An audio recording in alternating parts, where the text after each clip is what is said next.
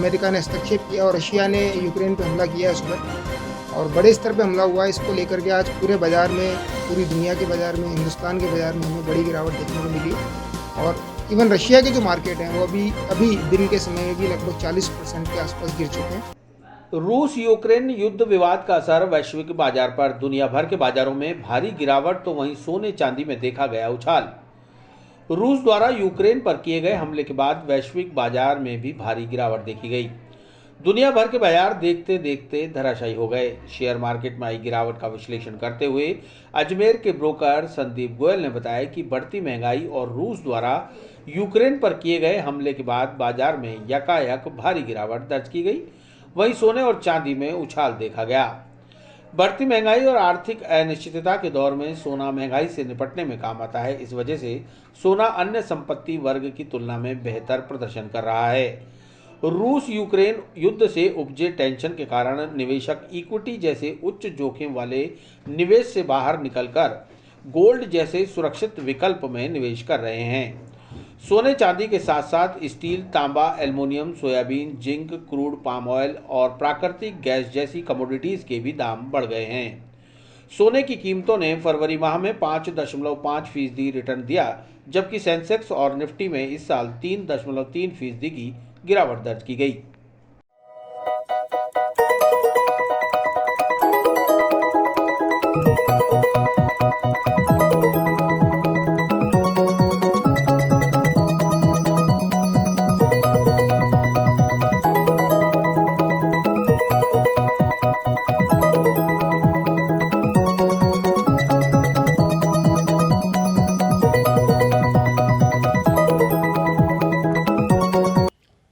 Share बाज़ार में पिछले 15 से 20 दिनों में एक अनिश्चितता का माहौल चल रहा है। रशिया और यूक्रेन के बीच में जो तनाव है, उस तनाव को लेकर के अभी मार्केट में हमें लगातार 15 से 20 दिन से वैश्विक बाज़ारों में भी बड़ी गिरावट देखने को मिली है।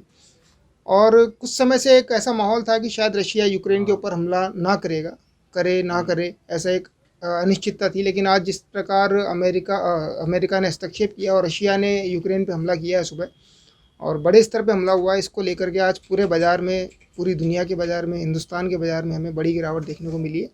और इवन रशिया के जो मार्केट हैं वो अभी दिन के समय में भी लगभग 40% के आसपास गिर चुके हैं सुबह से खुलने के बाद। जब भी इस प्रकार का माहौल होता है, युद्ध की स्थिति बनती है या कहीं पे भी इस प्रकार का तनाव होता है वैश्विक स्तर पे, तो सोने और चांदी में हमें तेज़ी देखने को मिलती है, और वही हो रहा है।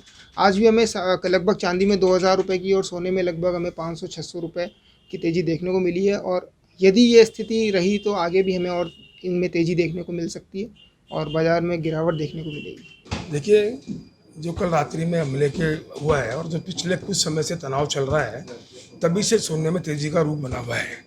कल हमले की जैसे ही खबर आई थी, उसके बाद कांच जल कर सोना 51,125 रुपये का भाव था स्टैंडर्ड गोल्ड का, और 48,300 का भाव था 22 कैरेट का। वो आज गोल्ड 52,300 यानी लगभग 1,200 रुपये तेज़ी के साथ में यहाँ खुला है। और चांदी में लगभग 2,000 रुपये की यहाँ पर तेज़ी है। चांदी 67,300 के भाव है। तो मेरा मानना है कि डॉलर है, क्रूड है, ऑन्स है, कई चीज़ें कैलकुलेशन होती है इसके अंदर, इसलिए इसका पूरा का पूरा प्रभाव सोने के ऊपर पड़ता है। इसलिए सोने में काफ़ी तेज़ी यहाँ पर एक दिन के अंदर यहाँ पर आई है। और हम लोग तुलना करें पिछले हफ्ते 10 दिन की, तो लगभग 2 से 2,500 रुपये सोने में तेज़ी आई है और 6,000 रुपये की चांदी में यहाँ पर किलो पर तेज़ी आई है। आगे क्या रहेगा?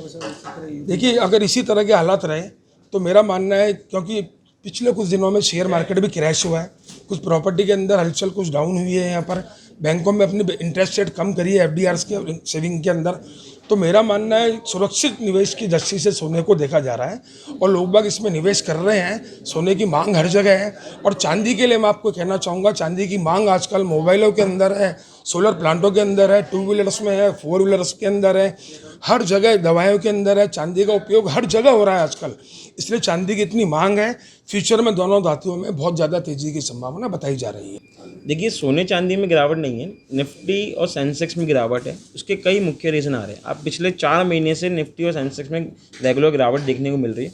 उसके कई मुख्य रीज़न है। एक तो रशिया यूक्रेन का जो तनाव चल रहा है, रशिया ने कल रात को जो यूक्रेन पे हमला किया है, एक तो मेन रीज़न 2-3 दिन इस महीने की फॉल का तो वो है।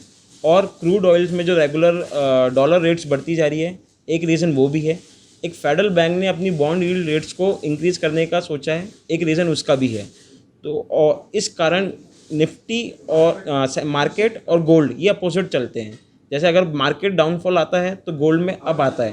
तो हमने देखा जैसे रात को रशिया ने यूक्रेन पे हमला किया है, तो निफ्टी का जो आज है 16,800 से 16,500 का 400 का पॉइंट आया है, जिसके कारण गोल्ड बढ़ा है। गोल्ड आज आज की तारीख में 1,000 रुपये गोल्ड बढ़ा है।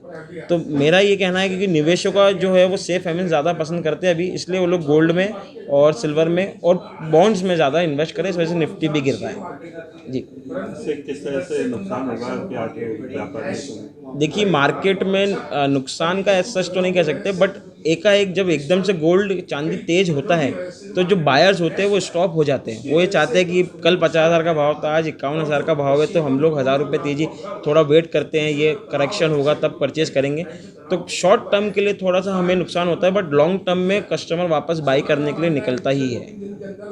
इससे मध्यम परिवार को कितना नुकसान? मध्यम परिवार को देखिए मेरा ये कहने का है कि वही मेरा ये कहने का शॉर्ट टर्म में थोड़ा सा हो सकता है, क्योंकि सब लोग एक अपना सेविंग का पैसा रखते हैं गोल्ड और सिल्वर परचेस करने के लिए। तो आजकल लोगों की इनकम भी बढ़ रही है, जैसे जैसे इन्फ्लेशन बढ़ रहा है लोगों की इनकम भी बढ़ती जा रही है। तो शॉर्ट टर्म में मैं वही कह रहा था, हाई वोलेटाइल है तो उसमें फ़र्क आ सकता है, बाकी लॉन्ग टर्म में इतना फ़र्क नहीं रहेगा। आज का क्या भाव है? आज का भाव है 52,500 रुपये का सोने का और 67,300 सिल्वर का।